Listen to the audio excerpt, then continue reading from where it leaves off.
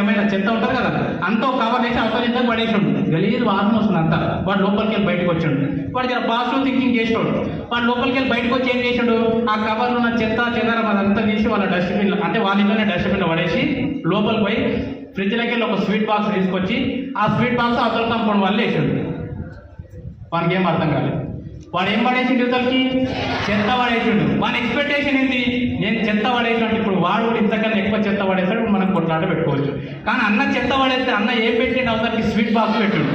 వానికి అర్థం కాక ఎదురుగా పెట్టుకొని, అరే నువ్వు మంచిగా పశువురా, నేను ఇంత చెత్త పడేస్తే నువ్వు స్వీట్ బాక్స్ పెట్టినావు అంటే వీడు నవ్వుకుంటే ఏం చెప్పిండు తెలుసా, అన్న నీ దగ్గర ఏముందో అది నాకు ఇచ్చినావన్న, నా దగ్గర ఏముందో అది నీకు ఇచ్చిన అన్న అని చెప్పిండు. నా దగ్గర ఉన్నది నీకు ఇచ్చిన, నీ దగ్గర ఉన్నది నాకు ఇచ్చిన. నీ దగ్గర చెత్త చెదారం కుళ్ళు కుతంత్రాలు మంచి మంది ఆలోచనలు ఉన్నాయి కాబట్టి అందుకే రోజు అవే ఏడుస్తున్నావు బయటకు. నా దగ్గర లేవన్నా, నేను చాలా మంచివాడిని అన్నా. అంటే నేను ఏం చెప్తున్నా అంటే